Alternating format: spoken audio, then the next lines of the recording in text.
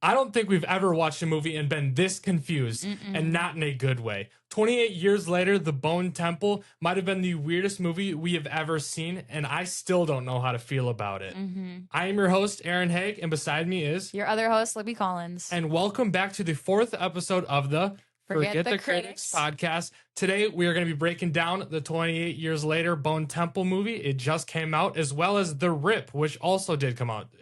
Movies based on true events. But without further ado, we're going to get into our blind ranking of 2026 movies. Libby's got another 5 to do here. And we're actually going to make it easier on her now. I decided to give her some pictures because she was complaining that it's a little too hard because she doesn't Okay, really know because these movies. he would just word bomb me with like a whole paragraph and expect me to remember everything he was saying about 5 different movies. And then he'd be like, "Are you satisfied with the order you put them in?" And I was like, "Well, I don't remember the first 4 you just told me about." So Yeah, I we're guess that is true. we're including a visual aspect to it so I can like memorize a little bit better. Okay, are you ready? I'm ready. All right. Movie number 1. All right. This movie is called Masters of the Universe, okay? Comes out June 5th, 2026. Masters of the Universe will be a live action sci fi adventure following a 10-year-old Prince Adam who crashes to Earth, is separated from his magical power sword, and returns to Eternia 20 years later to defend his home from Skeletor. Becoming He Man, directed by Travis Knight, the film focuses on Adam embracing his destiny. Okay, so if that might be like a bad explanation, but basically, and it's funny, my dad had told me about this movie, that this was his childhood. This used to be like a cartoon and action figures. He said he still has some of them, but basically, this guy right here is the prince. He basically like crashes on Earth, and he then goes back to his hometown, which is taken over by Skeletor. So this is the bad guy. I guess that's his team right there, and they're just like fighting to, take it back over. And I guess he's like super buff and strong. He's got his magical sword. But I would show you. I'll show you the trailer after. It looks super cool, but we can't show the trailer on here because that'll give you too much to go off of. Okay. I think that sounds like a very good movie. Yeah. I think I don't know. I'm kind of debating between putting it in my 2 spot or my 3 spot. Okay.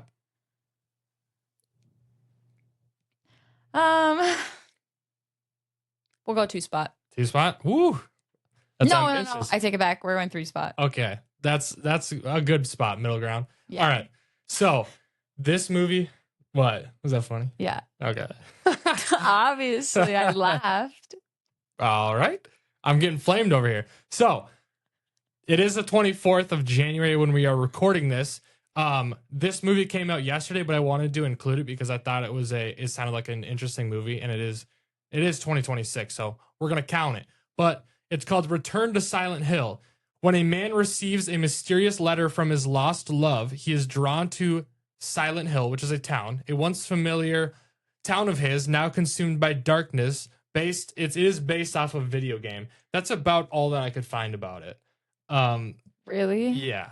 I've heard of the video game. I've watched people play it. This character, I don't know if you ever like saw around Halloween, people were dressing up as this character. I guess it's called like Triangle Man or something. But it's this is a psychological horror movie, which I'm actually super interested about because I like those type of horror movies. But yeah, this is like, I assume, the main villain, and this is the main character, goes to Silent Hill. It's what's that like really eerie horror thing that was popular on TikTok? It's like where the faces are just like super creepy. Like Uncanny Yes. Valley. This is like an Uncanny Valley type movie, I guess. So I thought it'd be interesting. Well, I think so too, but I think the fact that the lack of information about it, you said it's already come out and you have 2 sentences on it. I didn't really dive very hard, but yeah. I'm going to put it in my 4 spot. 4 spot? Okay. I mean, you can get a decent idea of what it is. He receives a letter from his love Oh, I guess I missed some things. I read a little bit more. He receives a letter from his first love who is dead. like she isn't alive anymore, and he receives a letter from her from this town. That's why he goes to the town, Okay. and it's taken over by darkness, I guess. I don't know why that wasn't in there, but okay. Well, you didn't change my mind. I'm gonna keep All right. it in my 4 Keep it at 4. All right, you ready for this next one? Yeah. I can see you peeking. I was making sure you. Oh, okay. Dune Part 3 comes out December 18th, 2026. So we basically got to wait an entire year for this one. So this one adapts Frank Herbert's novel Dune Messiah. It is set 12 years after Dune Part 2, focusing on Emperor Paul Atreides as a tragic figure burdened by the universe-spanning jihad waged in his name, confronting conspiracies, the loss of control over his Fremen followers, the devastating consequences of his presence, and the crushing weight of his destiny, shifting from epic hero to a more darker, more introspective story about prophecy and sacrifice. And these pictures, I couldn't really find many pictures of these, and I actually don't know if some of these are. So this one I for sure know is old because the reason why he has a buzz cut is because he doesn't have long hair anymore in the movies. Oh. And also, that's just a picture of Patrick. No, not Patrick Bateman. I'm forgetting his name, but he, I guess, is like rumored to be in it, which I think would be super cool. He's from that actor's from Twilight. Why can't I think of his name? Robert Pattinson. That's right. So I saw this picture of it, and I thought it was really cool because I do like him as Batman. I think it would be cool if he was in this new movie. But yeah, there isn't really much on this since it's coming out a year from now. But well, I'm gonna put it in my 2 spot because really, because the first 2 movies are good, so I'm sure this one is also gonna be good, and I think they'll market it a little bit better as it gets closer to like when it comes out. The first 2 movies didn't even make $1 billion. Do you know that? Really? Mm-hmm. Combined or individually? Well, combined they did, but like both of them apart didn't make $1 billion, which is interesting because we love these movies so much. Yeah. Okay. Next movie. Mortal Kombat 2. All right. It's an upcoming American martial arts fantasy film. It's coming out May 15th. It's a sequel to a movie. I've seen it. You haven't. But the film follows Earthrealm's champions, including new addition Johnny Cage, as they battle the forces of Shao Kahn. Okay. So it's so hard to explain what this movie is going to be about because you haven't seen the first one and you don't know what Mortal Kombat is about. But basically, there's a bunch of like ninjas with insane martial arts powers. So this is he's got ice powers. This is Scorpion. He's got basically fire powers, you could say. He throws a spear. This, I forget his name, but he's actually not even in the game, but he has interesting powers. And then there's some more characters with other powers. He doesn't really have a power. He just have a metal arm. But basically they fight like outer dimension people. Like they're from Earth, but they fight outer dimension people. And this is going to be the main villain right here, Shao Kahn. He looks scary in this movie. If that's a real picture, I'd be excited. But it's basically just imagine like just another like superhero-ish, just like powers type movie. But I feel like it's way more interesting to me just because I've played the video games. Mm-hmm. Yeah. That one doesn't sound super interesting. It's not really grabbing my attention, but I also just think that it's not up my alley. I'm sure it's good though. Putting it at 5? Yeah. Okay. Well, I think you'll like the last movie. So, the last movie is a new Hunger Games movie. So, Hunger Games Sunrise on the Reaping comes out November 20th, 2026. Sunrise on the Reaping is a prequel focusing on a young Haymitch during the 50th annual Hunger Games, or second quarter Quell. It explores this is a repeat featuring it features double the tributes and themes of media control. So it's instead of 24 players, it's 48. And have you ever seen the Hunger Games movies? Yeah. Yes. So here he is right here.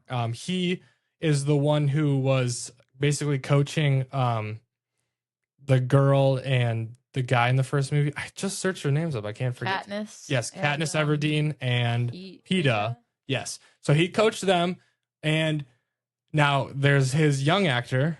And okay, this girl right here, I forget her name, but I thought anybody out here watching this episode that has seen Harry Potter, I thought that she had played Luna Lovegold as a kid because she looks exactly like Luna Lovegold. It was like mind blowing when I searched it up and it said that she didn't play Luna Lovegold.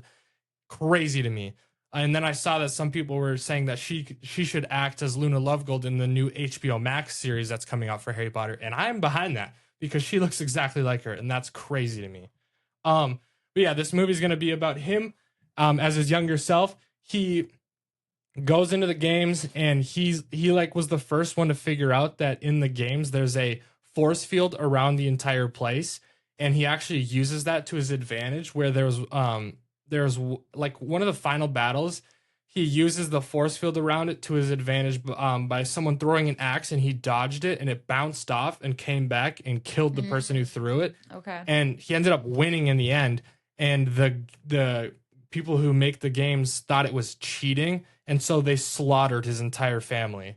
Yeah, which is why he's like an alcoholic, depressed. Okay. So we get to see that whole background, which I'd like to. I mean, this movie would be awesome if they show him like how smart he is in the game, as well as behind the scenes what happens to his family and how he slowly, becomes the Haymitch that we see. Yeah. Yeah. That Interesting. sounds really interesting. That goes at your number one. Yeah.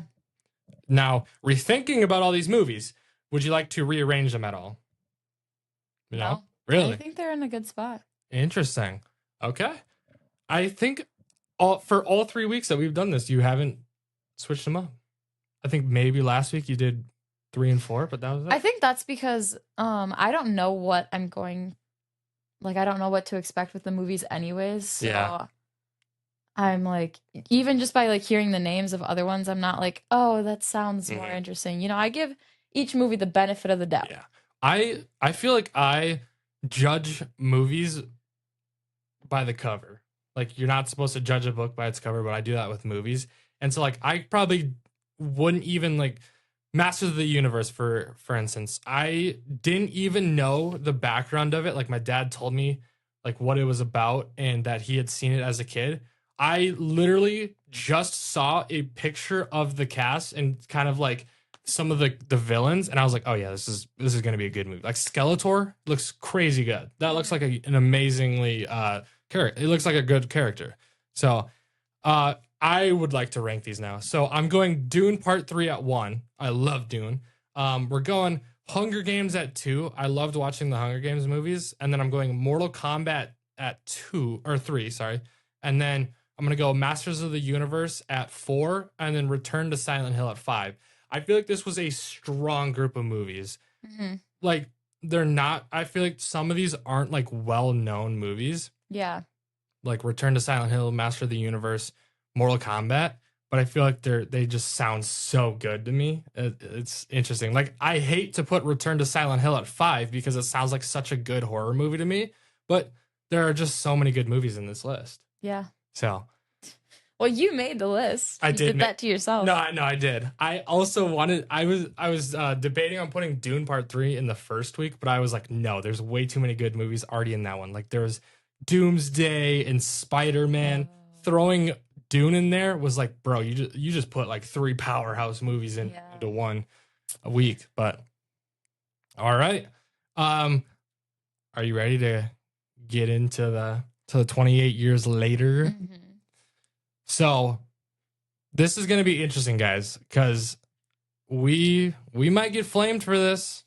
We've already posted a little bit on Instagram and on TikTok, Mhm. and we've had some, I guess you could say we have an unpopular opinion on the movie. Yeah. And Uh, I think one thing that we could have done differently is we didn't realize this movie is like the second in the series. yeah. So neither of us have watched the first one. And we had already purchased our tickets and everything. Like Mhm. we didn't have time to watch the first one before watching the second one, Right. basically. But we'll get into a negative about that later because we thought it shouldn't really matter. But let's start with positives. I personally thought the visuals looked great. So, for instance, and we're not gonna go through the whole spiel of what this movie was about because it's like so hard to explain what the movie was about because it was just boom boom. It's like, what did I just watch? Yeah. That's literally how after the movie I looked at Libby. I'm like, what did we just watch?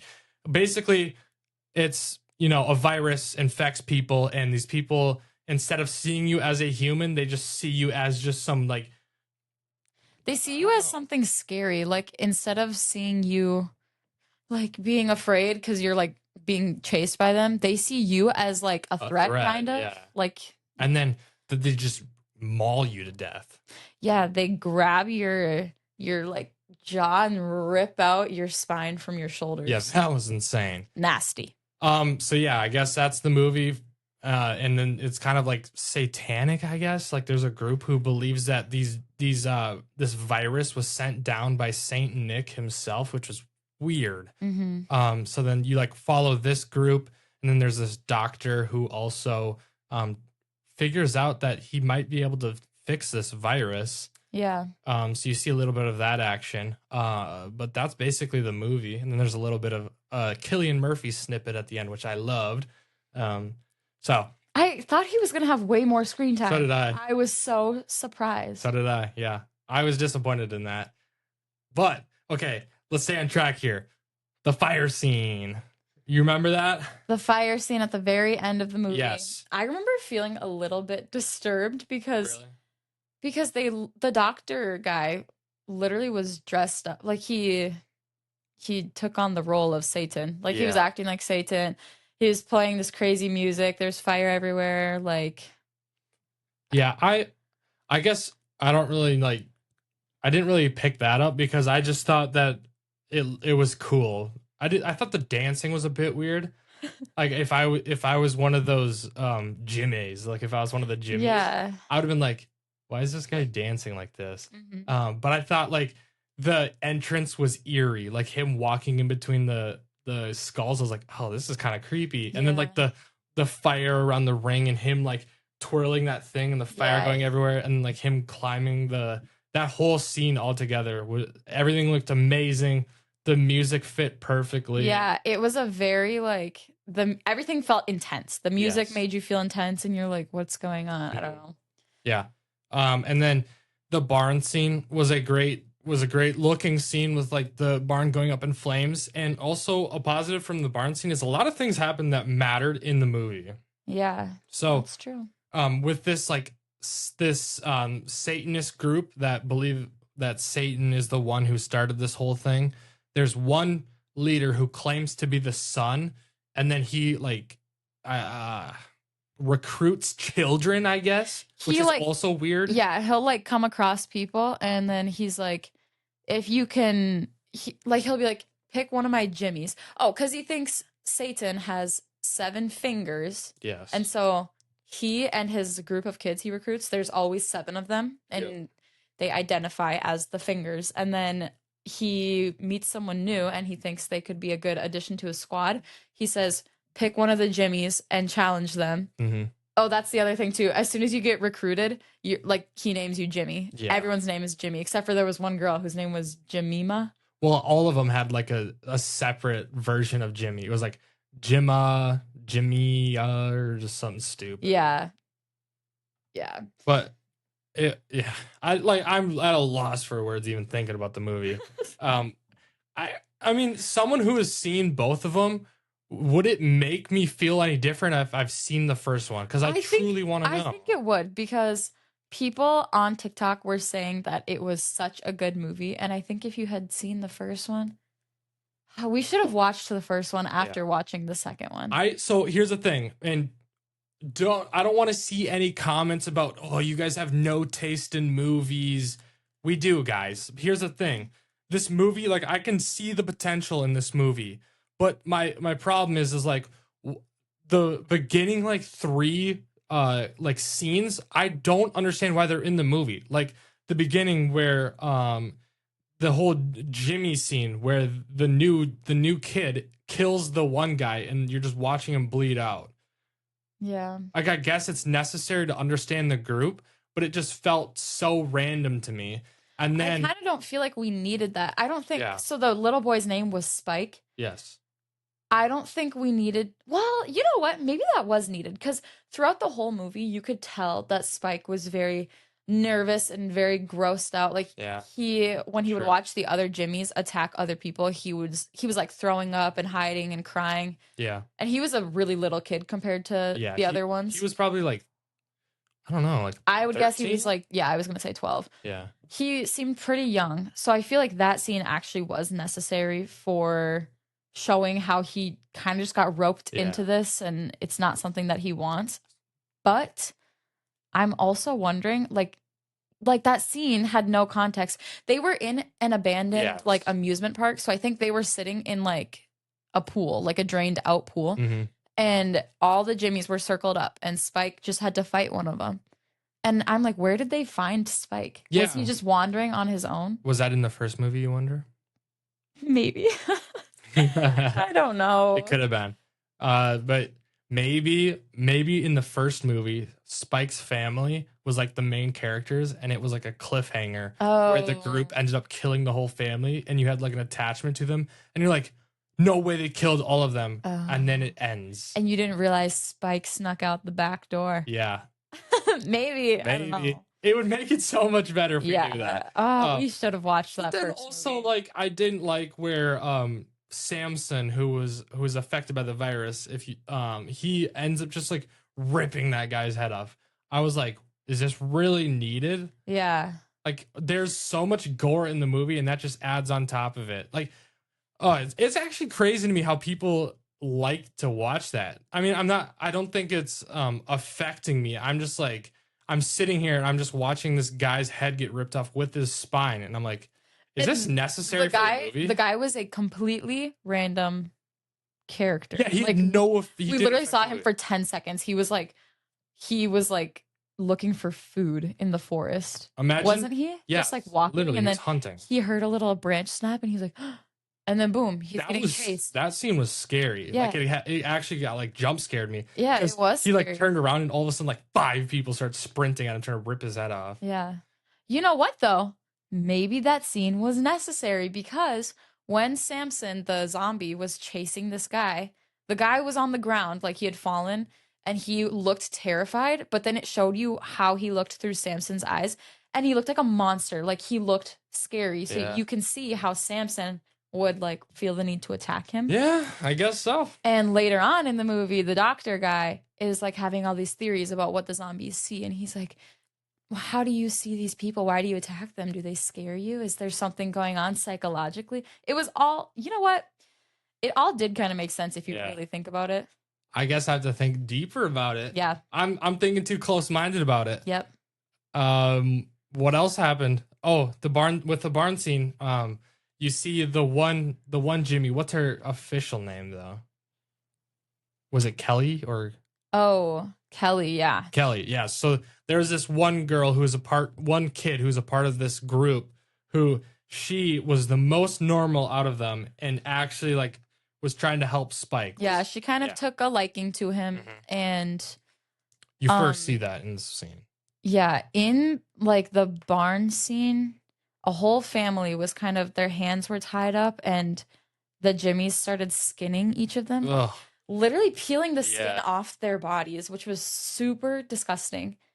And that was when Spike had started throwing up because he like literally could not do that. So he walked out of the barn and he was sitting on the ground and he's kind of like freaking out. And then Kelly comes out to sit with him. And she was like, I feel like that was a very pivotal moment because you realize like, yeah, these Jimmies are doing some weird stuff, but they're not. Well, maybe some of them were too far gone, but at least Kelly wasn't too far gone. Yeah, She no. she kind of still had some understanding, like Hmm. what they're doing is weird. And she actually had some of the craziest fighting skills I've seen. Yeah. Like she was just slaying people, and she probably could have easily taken what's his face. Jimmy. Yeah, what was his actual name? I think The main leader, I think his name was Jimmy. They all referred to him as Sir. Sir. Yeah. Um, Ugh, so stupid. he had a stupid accent too. Yes. He'd say something. He had like a Scottish accent, and then he'd say something, and he'd be like, "How's that?" And they'd all be like, Oh. "How's that?" I Like, hated that. It sounded like a cult. It was so Yeah. ugh. It was culty. It was bugging me. It was so culty. Mhm. Another positive, that Radiohead song was fire. I didn't like it. I think it's called Everything. So everything is something. I don't know exactly. But so sitting in the theater and that song comes on, I think it adds to how eerie this movie is and how like disturbing it feels. and also a really cool thing about this song is the sound itself when you're in the surround sound, this one noise especially comes from the right side speakers, and so all of a sudden the entire movie theater is looking over to our right because Yeah, it sounds like someone's phone is going off. Yes. It's making that little buzzing noise.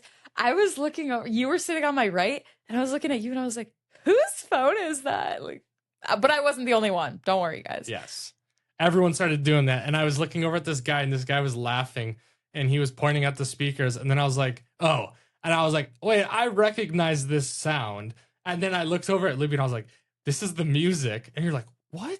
I'm like, yes. And then it starts to kind of come over to our eyes, Yeah. our side. But I think it was like 10 seconds of us being like, what is that? It felt okay. I thought and- the speaker was breaking, and I was like, are you kidding me? We have to sit here for a 2-hour movie with a Yeah. broken speaker. Yeah, and it was funny because I've been listening to the song a lot recently because I just think it's such a great song. I don't know, the way it makes me feel is just interesting. But that noise doesn't seem as long as it felt in the movie theater now listening to it. It felt like it was a very long time. Yeah. But yeah. You have anything else to say about this movie? I mean, we could talk about Samson a little bit. Mm-hmm. I think we didn't talk. I feel like there are still some scenes we didn't bring up that were just like, those were so good. Because, okay, even though, despite the fact that this movie was a little bit confusing and having not watched the first one, it was very hard to jump right into this. There were scenes, though, where you could kind of like put together what was happening next. Yeah. You could tell that Kelly was, she was one of the Jimmies. You could tell she was going to be different from everyone else because I think right from the get-go, she was challenging the leader a lot. Mm-hmm. And even towards like the middle, before the barn scene, Jimmy, the leader guy, said something to her, and she's like going off on a little walk to kind of like cool herself off. Yes.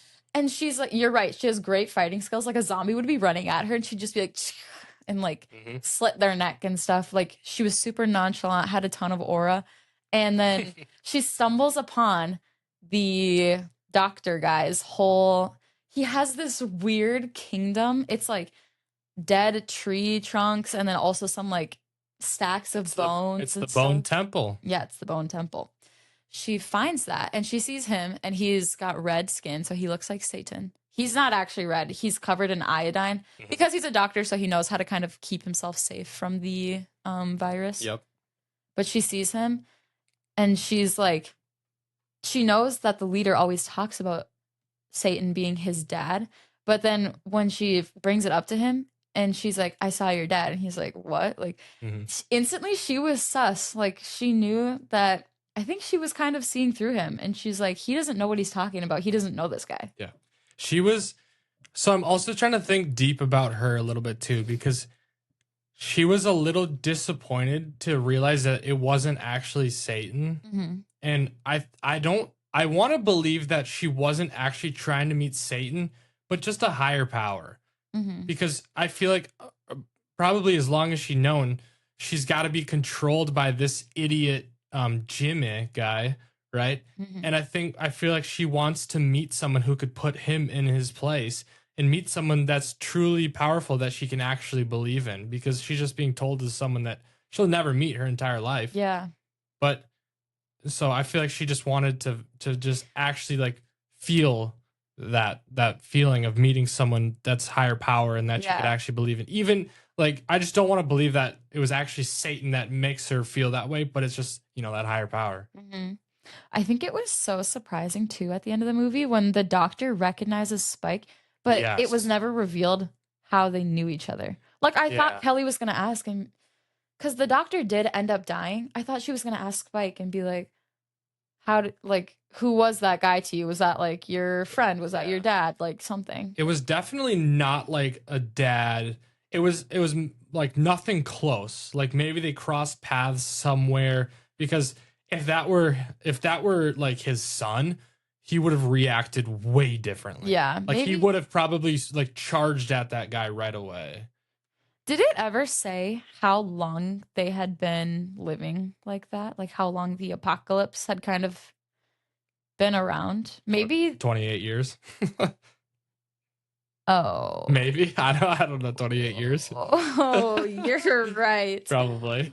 Okay, then what? I'm so confused though, because obviously Maybe they crossed paths like during the apocalypse or whatever you maybe want in to the first movie they crossed call it. paths. Probably. Yeah, this probably happened.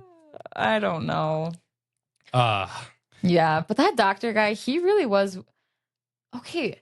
Another thing that I noticed was he had this little bunker in his temple, and he had pictures of his family, and I noticed all his kids had bright blonde hair, like the wigs that all the Jimmys were wearing. So I thought that maybe it was true and that was Jimmy's father, but that it would've ended been up not weird. being true. Yeah. Maybe that was just a coincidence, but I saw the Could've been. pictures and I was like, "Oh, all these kids have blonde hair." And then I thought then I thought maybe that was Spike's dad. Maybe. I didn't pick that out. But also Spike didn't react to see Yeah. him, so Yeah. I don't know. I don't know the relationship between them. And it was really weird. We got to see a little bit of Samson's backstory, how he became like a zombie. He was Yes. riding on a train and yes. he was actually a really little kid.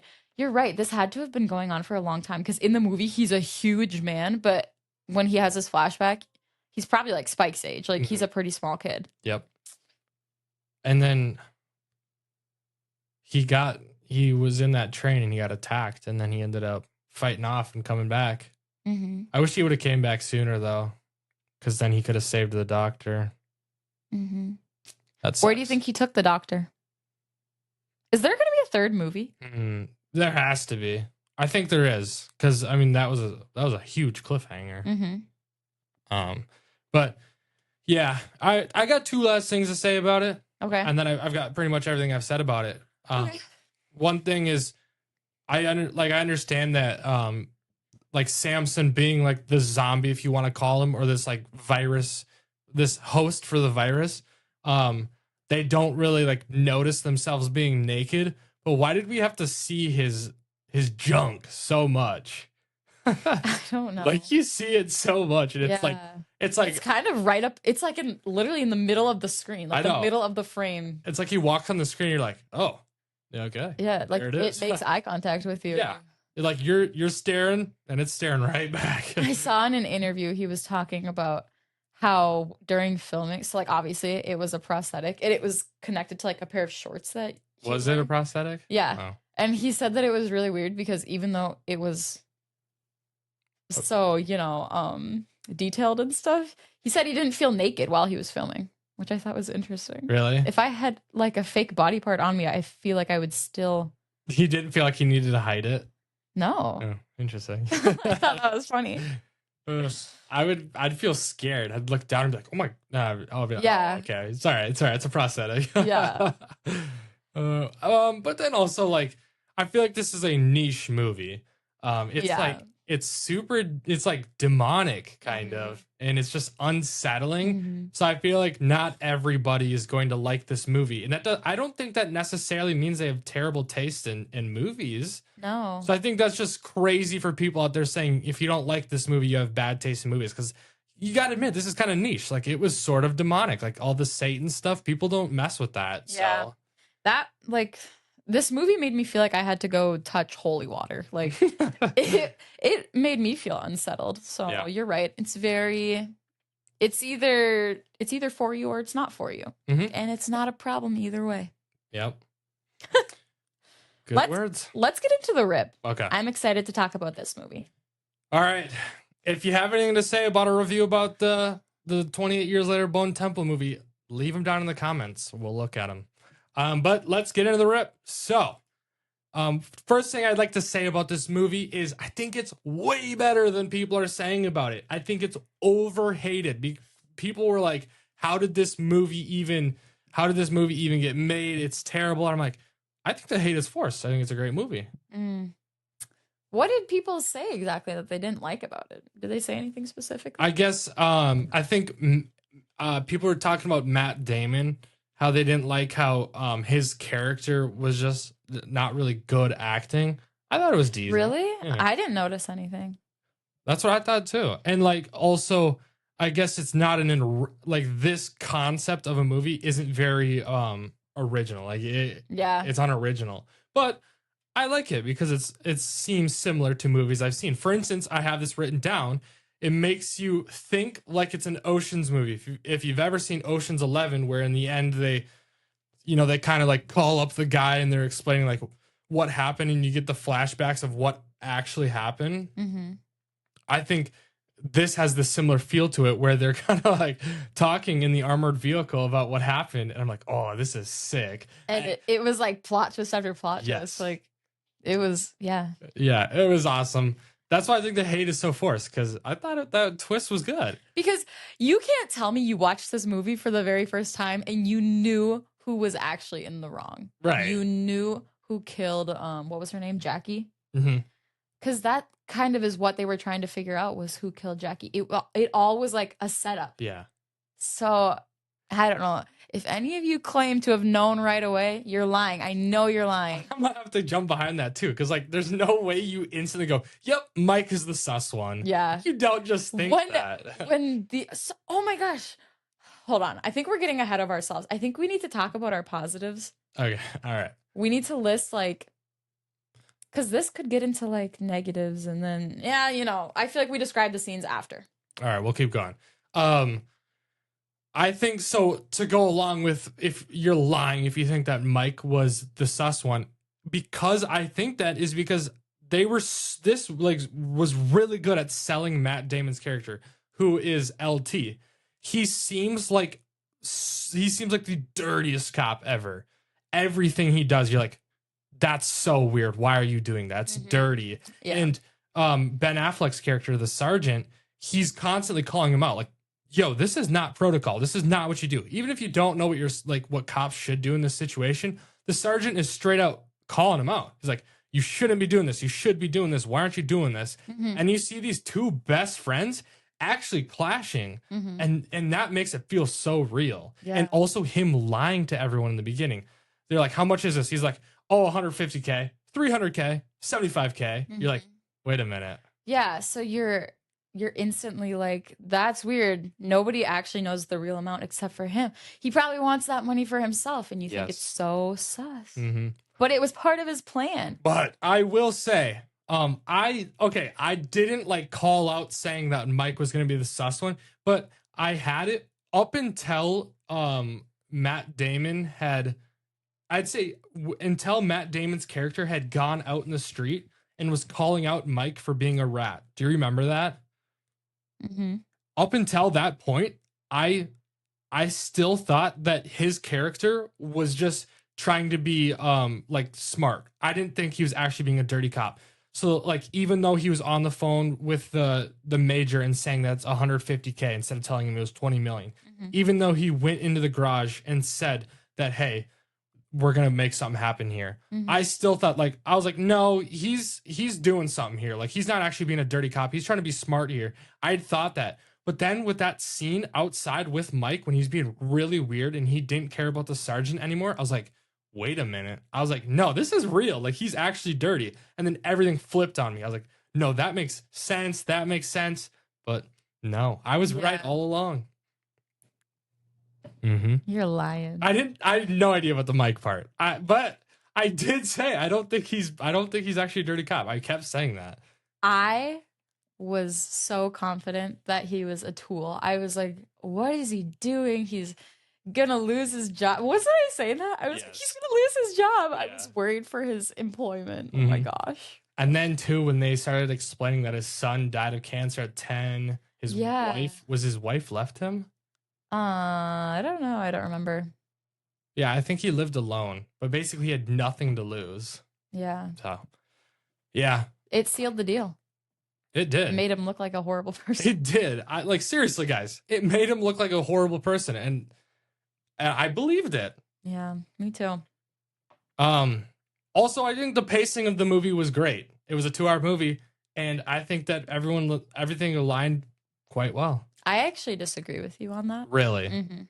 Why? Because I found myself getting bored in the middle of the movie. Like, I was like, okay, we're kind of at a standstill right now. Like, we're in the house, we have the money, and we've been here for a good amount of time.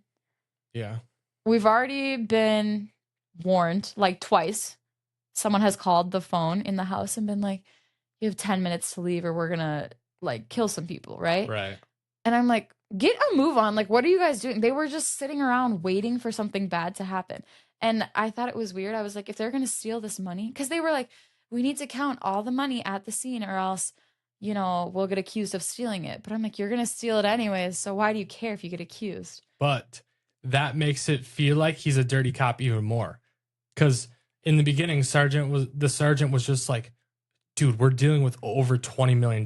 Let's just grab it and go. And he's like, no. He's like, I don't want to mess up account. And even though they were being threatened, he was still like, nah, we got to stay here. That makes him feel even more dirty because it's like, because the sergeant was like, we're dealing with $20 million. Like, it's okay if we like take it and go. Mhm. But he still was like, no, I'm going to do it my way. When he started grabbing phones too, that was real weird. That was really weird. I was like, does he not trust anyone? Yeah. That was so weird. And then the fact that some people had burner phones on them, I thought was also suspicious because I'm like, why do you need that? Yeah. Well, and it makes sense thinking about it why that one guy had the burner phone because he was planning on ripping the money. Yeah. He wanted to be untraceable. Yeah. I was so sad to see all like the two girls. I don't remember what their names were. One was Luna, maybe? Yeah, I think you're right. But they just to see them sitting in the garage and the guy went out there and he's like, yeah, I know we're all thinking it. We all should take our share of this, you know? And they were like, okay. Like, I was like, are you kidding me? They're all on board with him because I wanted them to be like good people and I was disappointed. And then I was stumped. This movie was just so good at tricking you. And like, it was. I was remembering things differently from how they had happened, I guess. Because like when they had the flashbacks, they made all the conversations sound different. Yeah. Yeah, Or maybe it's what 'cause conversation? When LT went into the garage Mhm. and he said that whole thing where he's like, we're all thinking it, like, let's all get our share. When like during the flashback, they showed him, he was like going like this and pointing inside. So like the girls knew he was talking about the woman who lived in the house, but I don't think we could see that the first time. No, So we we couldn't. were also being tricked Yes. as an audience. Yes. I think it was the same conversation. You're just seeing it from a different you were seeing it from the flashbacks perspective, which actually gives you what actually happened. Yeah. And it was also super cool how in the armored vehicle, how they called him out, Mike, and they were like talking about how the only person who knew 150K was him. And that's why that person had called and said no one needs to die over 150K. Oh. And yeah, I was you're like, right. oh my gosh. because in the He the knew he whole was event- cooked too. You could see him being like, Yeah. And then he straight up called the guy in front of him. And then that's when that guy got mad. He's like, "You rat." oh yeah. Yeah. But I thought it was super cool. Or no, I had called that out because I was like, wait, the text doesn't even say how much money is in it. That's even because then I was like, that's even more of a dirty situation for the lieutenant. Mm-hmm. I was like, that's even more dirty. But that makes sense because that's why he told everyone different prices. So, yeah. It was so good because at the start of the movie, you kind of start off by seeing everyone's being interrogated because a member of the department had just been murdered. Her name was Jackie. She was the lieutenant at the time, I believe. Oh. Or she was higher, which I don't know what would be higher than a lieutenant. I don't know either. Yeah. A chief? A chief, maybe, sure. Yeah, I don't know. She had been murdered and everyone is being interrogated because they thought maybe someone in the department had done it to her. And then after these the guy, what was his name? The one with the beard. Sergeant. Did they just keep calling him Sergeant? Sergeant, yeah. I mean, his character, the one that dated Jackie. Yeah. Yeah, that Sergeant. That's all I know he was. That's Ben Affleck's character, you could say. He was being interrogated by his brother. His brother works for the feds. Yes. And so they got into this huge fight, and it kind of made you think that they were enemies, like the whole movie. Mm-hmm. But then, oh my God, I totally lost my train of thought. Yeah. Oh, yeah. And then that sergeant and the lieutenant had gone into the bathroom. Yes. After this fight, and they were like, "Oh, I'm so mad." And then they were like, "Why are we doing things like this?" And the sergeant had said something. He's like, "If you want to figure out who did something like this, you got to throw some chum in the water, stir it around, tug on that line, and see what bites." He like said something like that. And then literally like the whole movie goes by, and at the end, the lieutenant guy is saying something like I think the sergeant had asked him, why did you set up this whole thing just to catch someone? He's like, "I was just doing what you told me. I just had to throw some chum in the water and stir things up and see who bit." And I thought that was like, I thought that was a cool like connection. Yeah, it was. Bloody the water, see what pops up. Mm-hmm. Mm-hmm. You have any more positives about it? No, I think I've said everything I had to say. Okay. Well, negatives, not much. I think it could have started differently. I think it was just weird how the movie starts and it's just the lieutenant in the room talking to someone. That's not how it started. How did it start? It started with Jackie in the car. She was on the phone with the girl, Desi. She was on the phone with Desi? Yeah. Wait, what? I did not catch that. Uh-huh. What was Desi saying? Oh, maybe it wasn't Desi. Well, no, I feel like it was though. But she was on the phone and she's like, "Don't trust anyone." She probably was saying she had a ton of money and she was worried. That's how it started? Yeah, it started with her driving in the car. Oh. And she's like, "I'm on a burner phone. They can't trace this call. Like, don't worry, no one's gonna find you." And then she parked her car, gets out instantly, boom, shot by a shotgun. Are you sure it wasn't Matt Damon in the room? Are you sure that wasn't how it started? Like getting interrogated? Like talking to that one guy? What would they be getting interrogated and then about? that was like a flashback. I'm confused. I don't remember what the start was anymore. I think you're wrong. Are you sure? Yeah, like pretty sure. Okay. Pretty sure it started with Jackie. Right. So if you're right, then I'll take this off my list. Okay. All right. The next one, the FBI scene, that seemed like super unrealistic in the end when the armored vehicle was like going around the road and then all of a sudden like they flash on all the lights. I don't know. I feel like spikes maybe should have been on the ground. They should have like shot the tires out. Yeah. They maybe should have had more than just pistols in their hands. Like, yeah. what? Also, people still managed to run away. The guy driving the armored vehicle drove through it basically. And then Mike jumped out and got away on foot. How do you get away on foot? Exactly. I didn't understand that either. You get away on foot and no agent chases after him. Matt's character, the lieutenant, literally had to get out of the armored vehicle and shoot some people first and then ran after him and caught up to him, and no one else was there. Yeah. That seems super weird to me. And yeah, like the armored vehicle should not have just been able to drive through them. Like spikes maybe should have been on the ground. I don't know. I also think like you should have shot the tires while it was just sitting there. Like you can see blood on the windshield. Like, something's going on inside that vehicle. Another thing I thought was so weird, correct me if I'm wrong, but this took place in Miami. Yes.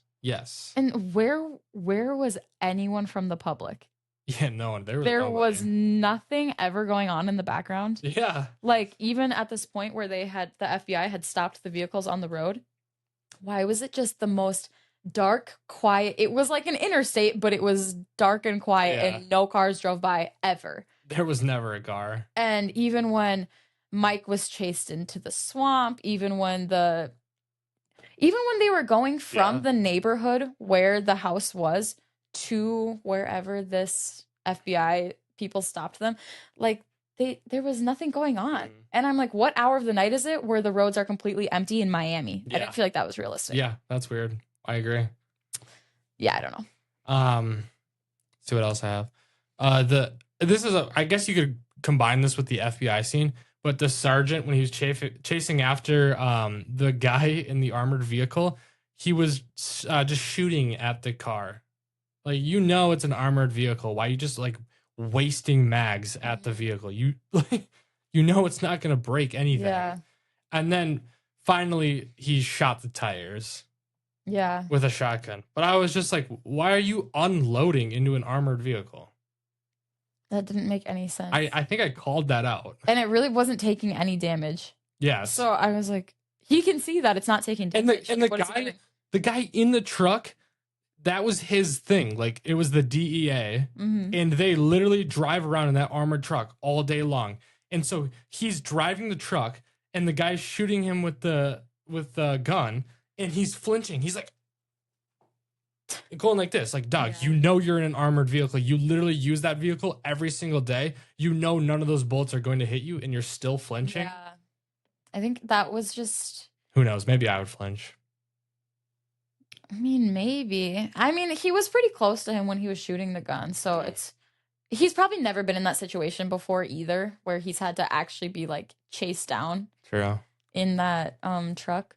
But I still feel like that was just stupid. Like, I don't know. Yeah. I don't know. Why were they literally just driving in a straight line? Like, someone move, someone do something. Yeah. Like, I thought it was like such an Ocean's 11 moment when they opened up the bags and it wasn't money. It was like books, phone books. Yeah, that's crazy.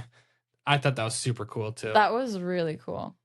'Cause how did the money even, like, when they were in the garage of the house, they were putting the money in those bags, and then somehow they threw those bags in the back of that armored vehicle. But nope. You unzip them, the money's still in the red buckets where they found it, and the bags are full of books. Like, when would they have done the switch? I'm trying to think. So, were they throwing money in the buckets or throwing money in the bags before they were shot or after? I can't remember. Okay, here's the only thing that I can think of. So, they're throwing the money in the bags before they get shot. Right.